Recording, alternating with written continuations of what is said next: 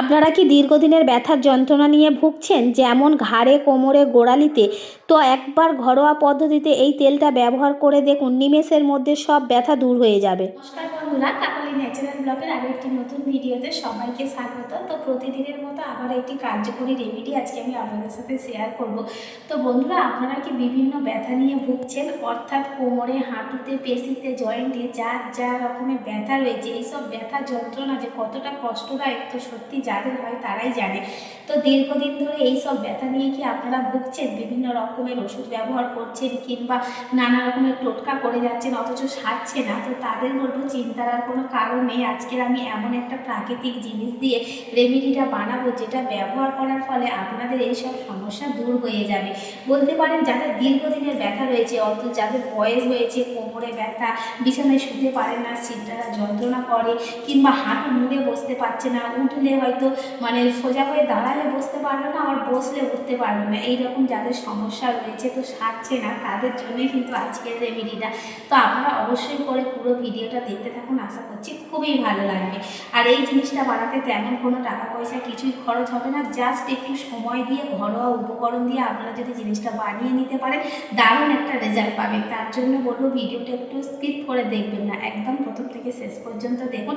প্রত্যেকটা স্টেপ আমি পরপর আপনাদেরকে বুঝিয়ে দেবো যে কিভাবে কি দিয়ে ব্যবহার করবেন, কখন ব্যবহার করবেন, কিভাবে ব্যবহার করবেন, সব কিছু। আজকে রেমেডিতে মেন যে উপকরণটা লাগছে সেটা হলো এই পেঁপে পাতা। তো পেঁপে গাছ নিশ্চয়ই আপনাদের আশেপাশে নিজেদের বাড়িতে একটা হলেও রয়েছে, আর পেঁপে পাতাটাকেও আপনারা নিশ্চয়ই চেনেন। এই দেখুন, ঠিক এরকমই দেখতে হয়, একদম আগা কচি ছোট্ট পাতা। তো একটা পাতা দিয়ে বেশ অনেকটা পরিমাণে বানিয়ে নেওয়া যাবে। যদি আপনারা বেশি দিনের জন্য বানিয়ে রাখতে চান, সেক্ষেত্রে 2 বা 3টে পাতা নিয়ে নেবেন। তো একদম ডাল সমেত আমি পেরে নিয়েছি আর ভালো করে জল দিয়ে ধুয়ে নিয়েছি। এবার আমি ডাঁটাটাকে ফেলে দেবো, কারণ ডাঁটাটা লাগবে না, আজকের জন্য লাগবে শুধু পাতা। এবার আমি এই পেঁপে পাতার গুণাগুণটা আপনাদের সাথে শেয়ার করব। আমরা প্রত্যেকেই জানি যে পেঁপে পাতা আমাদের ত্বকের জন্য ভীষণভাবে উপকারী।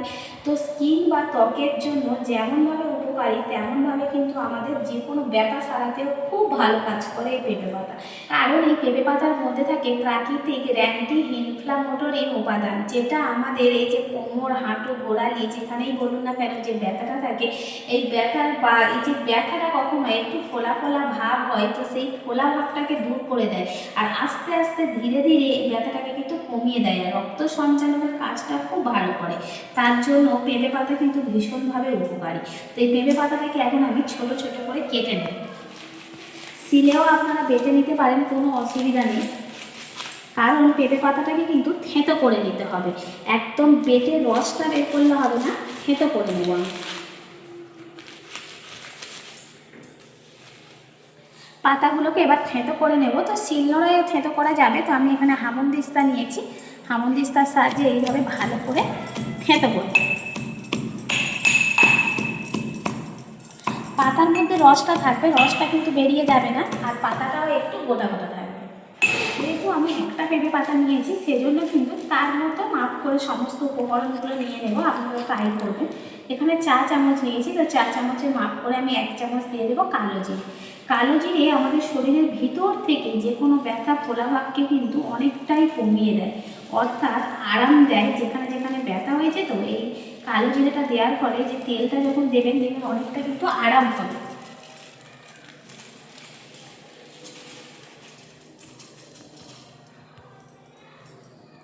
আর যেসব জায়গায় জয়েন্টের জায়গা রয়েছে, হাঁটুতে, কোমরে, সিট দ্বারায় বলুন, পায়ের গোড়াতে বলুন, তো এইসব জায়গায় কিন্তু জয়েন্টটাকে অনেকটা শক্তিশালী করে দেয়, যার ফলে ভিতর থেকে একদম ব্যথাটাকে কিন্তু দূর করে দেয়, দিয়ে একদম আরাম ভাব এনে দেয়। আর এর মধ্যে আমি আরও একটা জিনিস দিয়ে দেবো, সেটা হলো আদা। আদাটাকে আমি হামানদিস্তার সাহায্যে থেঁতো করে নিচ্ছি। আর আদার মধ্যে থাকে প্রাকৃতিক উষ্ণতা, যা আমাদের যে কোনো ব্যথাকে ধীরে ধীরে আরাম দেয়। আর এই যে আদা, এই যে আদার সাথে যে তেলটা মিশে যে তেলটা তৈরি হবে, এই তেলটা দেওয়ার ফলে দেখবেন যে জায়গাটাতে আপনারা মালিশ করবেন, সেই জায়গাটা কিন্তু অনেকটা গরম হয়ে যাবে। তো এর ফলে কিন্তু আমাদের ব্যথা অনেক তাড়াতাড়ি দূর হয়ে যাবে। তো থেঁতো করে নিতে হবে। যা যা উপকরণ আমি আজকে নিয়েছি প্রত্যেকটা উপকরণ কিন্তু আমাদের ঘরোয়া উপকরণ, আমাদের বা কম বেশি সবার বাড়িতেই থাকে। তো অল্প অল্প করে আপনারা নিয়ে নেবেন। এই যে আদা, যখন দেখবেন আমাদের গলা ব্যথা হয়, গলা খুসখুস করে, তো তখন কিন্তু আমরা আদা দিয়ে চা বানিয়ে খাই। আবার এই গলা ব্যথাটাকে দূর করার জন্য আবার দেখবেন যখন কারো ঠান্ডা লেগে গেছে, কোনো বাচ্চা বলুন বড়, তো যারই ঠান্ডা লাগুক না কেন, তখন দেখবেন সর্ষের তেলের সাথে একটু যদি কালো জিরে ফুটিয়ে যদি সেই তেলটা মাখা যায়, গলায় যে এই যে গলায় যে কাশি হয়, গলা ব্যথা, বুকে যে ব্যথা করে, তো সেই সব ব্যথা কিন্তু দূর হয়ে যায়, ঠান্ডাটা খুব অনায়াসেই চলে যায়। তো এই জিনিসগুলো যদি আমরা একসাথে দিয়ে একটা যদি ভালো রেমেডি তৈরি করি, সেটা কিন্তু অনেকটা পাওয়ারফুল রেমেডি তৈরি হয়ে যায় এবং একটা মানে কি বলবো, দীর্ঘদিনের একটা বড় অসুখকে কিন্তু আমরা সারিয়ে নিতে পারি। এটা হয়তো আমাদের অনেকেরই জানা রয়েছে, আবার অনেকের জানা নেই। যাদের জানা রয়েছে তারা হয়তো জেনেও ব্যবহার করেন না, আবার যাদের জানা নেই তারা হয়তো ভাববেন পুরো রেমেডিটা দেখার পর যে আমরা যদি আগে জানতাম তাহলে হয়তো বানিয়ে নিতাম এতদিনে। থেঁতো করা আদাটাও আমি এর মধ্যে দিয়ে দিচ্ছি। তাহলে সমস্ত উপকরণ দেওয়া হয়ে গেল। কী কী দিলাম? পেঁপে পাতা, আদা, কালো জিরে। এবার যে জিনিসটা দিতে হবে সেটা হলো সর্ষের তেল। সর্ষের তেল আপনারা যতটা পরিমাণে নেবেন, অর্থাৎ রেমেডিটা তৈরি করবেন সেই রকম মাপ করে সর্ষের তেলটা দিয়ে দেবেন। সর্ষের তেল কম বেশি হলে অসুবিধা নেই, তবুও একটু পরিমাণ মতো দিতে হবে, কারণ প্রতিদিন তো আর আমরা বানাবো না, একদিন বানিয়ে এখন অনেক দিন ধরে ব্যবহার করব, তার জন্য সর্ষের তেলের পরিমাণটা একটু দিতে হবে। আর এই যে যে উপকরণগুলো নিলাম, এদের মধ্যে যে যে গুণাগুণ রয়েছে সর্ষের তেলের মধ্যে কিন্তু সেম গুণাগুণ রয়েছে। সর্ষের তেল আমরা জানি আমাদের যে কোনো ব্যথা, ফোলাভাব, যন্ত্রণা, জ্বালা এগুলো দূর করতে কিন্তু আমরা সবসময় সর্ষের তেলই ব্যবহার করে থাকি। তো সেই জন্য সর্ষের তেলটা আপনারা অবশ্যই করেই নেবেন। তো সব কিছু আমি একসাথে নিয়ে নিলাম, এবার গিয়ে বসাবো আগুনে। এবার বলি, এই যে কড়াটা বসালাম, একদম লো আঁচে জাল দিতে হবে, কোনোভাবে মিডিয়াম বা হাই ফ্লেমে জাল দেওয়া যাবে না, একদম লো আঁচে এটাকে ফুটিয়ে নিতে হবে। আস্তে আস্তে এগুলোও কিন্তু তেলের সাথে ভালোভাবে মিশে যাবে আর তেলের কালারটা পুরোপুরি চেঞ্জ হয়ে যাবে।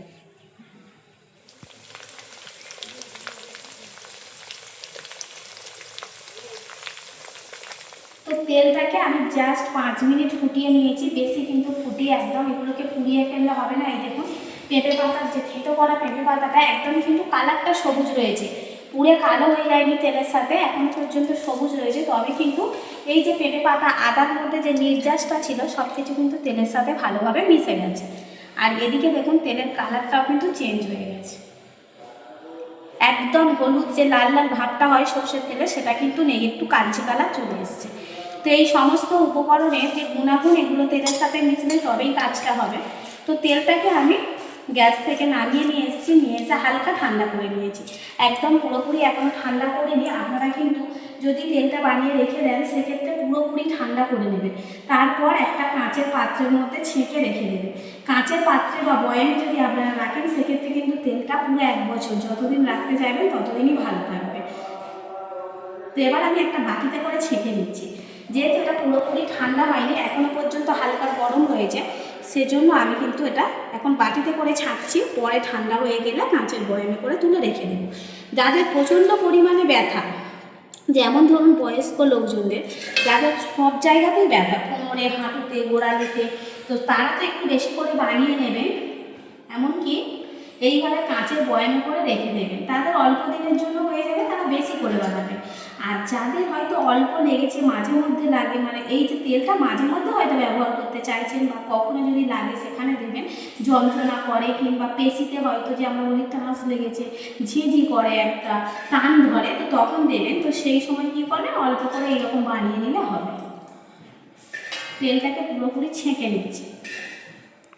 তেলটা বাটিতে দেওয়ার পর কিন্তু অনেকটাই ঠান্ডা হয়ে গেছে, একদম সামান্য উষ্ণ গরম রয়েছে। তো আপনারা যখন এই তেলটা না ব্যবহার করবেন অবশ্যই করে একটু উষ্ণ গরম করে নেবেন।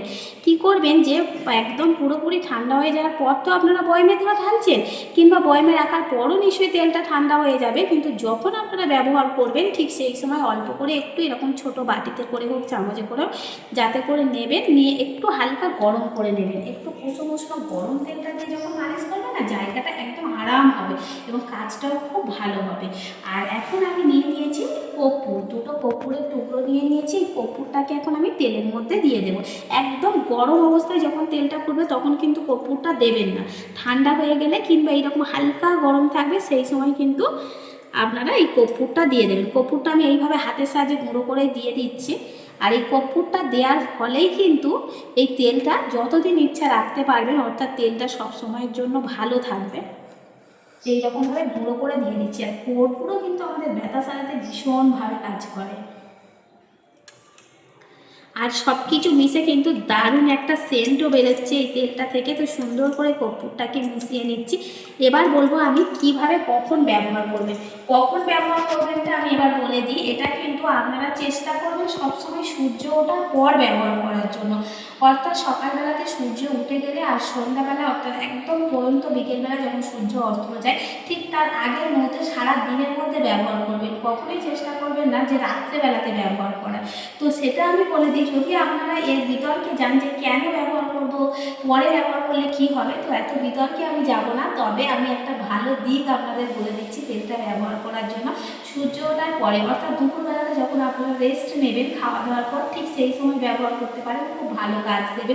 কিংবা 8টা 10টার দিকে এইরকম মোটামুটি সূর্য ওঠার পর ব্যবহার করবেন। দেখবেন আমি এটা ব্যবহার করে দেখেছি, ভীষণ একটা ভালো উপকার দেয়। কারণ আমার শাশুড়ি মায়ের কদিন আগেই লেগে গিয়েছিল, তো এটা ব্যবহার করার পর উনি কিন্তু অনেকটাই সুস্থ হয়ে গেছে, বলতে পারেন একদম ভালো হয়ে গেছে, ব্যথা আর ওনার নেই।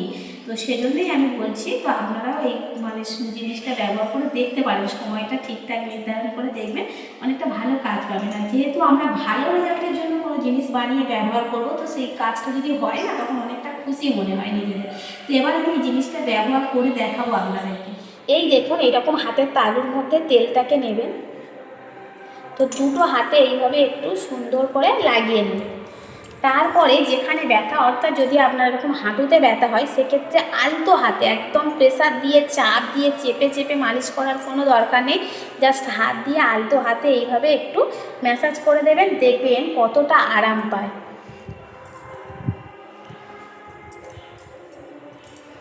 তো তোমাদের দাদাভাই 2-1 দিন আগে খেলতে গিয়েছিল, যাওয়ার ফলে কিন্তু একটু লেগেছিল হাঁটুতে, সেজন্য আমি এইভাবেই ওর মানে আর কি মালিশটা করে দিই তেল দিয়ে। তুমি বলো, নিজে আরাম পাচ্ছ নাকি? ভালো আরাম হচ্ছে। যে বন্ধুরা যাদের এরকম হাঁটুতে ব্যথা, অর্থাৎ বয়স্ক দাদু ঠাকুমাদের, যারা কিন্তু বসলে উঠতে পারেন না কিংবা উঠলে বসতে পারেন না, খুব কষ্ট হয়, হাঁটু মুড়ে বসতে হয়, তাদের জন্য বলবো আপনারা কিন্তু এইভাবে এই তেলটা বানিয়ে নিজেরা ব্যবহার করতে পারেন। আর এই তেলটা আনার জন্য আর নাতিদের বারবার বলতে হবে না যে তেলটা বাজার থেকে কিনে নিয়ে আয় কিংবা আমার টাকা লাগবে কারোর কাছে, এইসবের কোনো দরকার হবে না। নিজেরাই বাড়িতে বানিয়ে নিতে পারবেন এবং খুব সহজে ব্যবহার করতে পারবেন।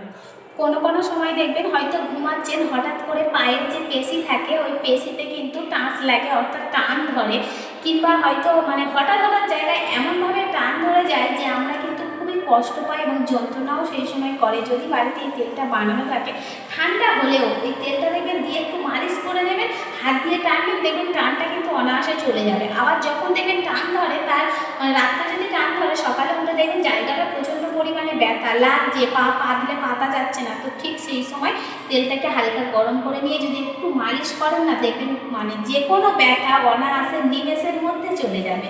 তো বন্ধুরা, এই যে তেলটা হয়তো আপনারা দেখবেন সামান্য কয়েকটা উপকরণ দিয়ে বানানো, তবে আমি বলবো অনেক নামি দামি ওষুধ, অনেক নামি দামি তেলের থেকে অনেক বেশি ভালো কাজ করে। তো আপনারা বাড়িতে না বানালে মানে না বানিয়ে ব্যবহার করলে বিশ্বাসই করতে পারবে না যেটা কতটা ভালো একটা তেল। তো এর আগেও কিন্তু আমি বেশ কয়েকটা রেমেডি আপনাদের সাথে শেয়ার করেছি, প্রত্যেকটা রেমেডি আপনারা বলেছেন যে খুবই ভালো হয়েছে এবং ভালো হওয়ার পর যে আপনারা কমেন্টগুলো করছেন, সত্যি আমারও খুবই ভালো লাগছে। তো আমি আশা করবো আপনারা ওই তেলটা বানাবেন এবং ব্যবহার করবেন এবং ভালো রেজাল্টগুলো পাওয়ার পর অবশ্যই কমেন্ট করে জানাবেন। আর যদি কোথাও বুঝতে অসুবিধা হয়, সমস্যা হয়ে যায়, তো আমাকে সেটাও জানাবেন, আমি যথাযথ রিপ্লাই দেওয়ার চেষ্টা করবো আপনাদের কমেন্টে। তো বন্ধুরা, ভিডিওটা আর আমি বাড়াবো না, এখানেই শেষ করছি। সবাই ভালো থাকবেন, সুস্থ থাকবেন, দেখা হবে অন্য একটা ব্লগে।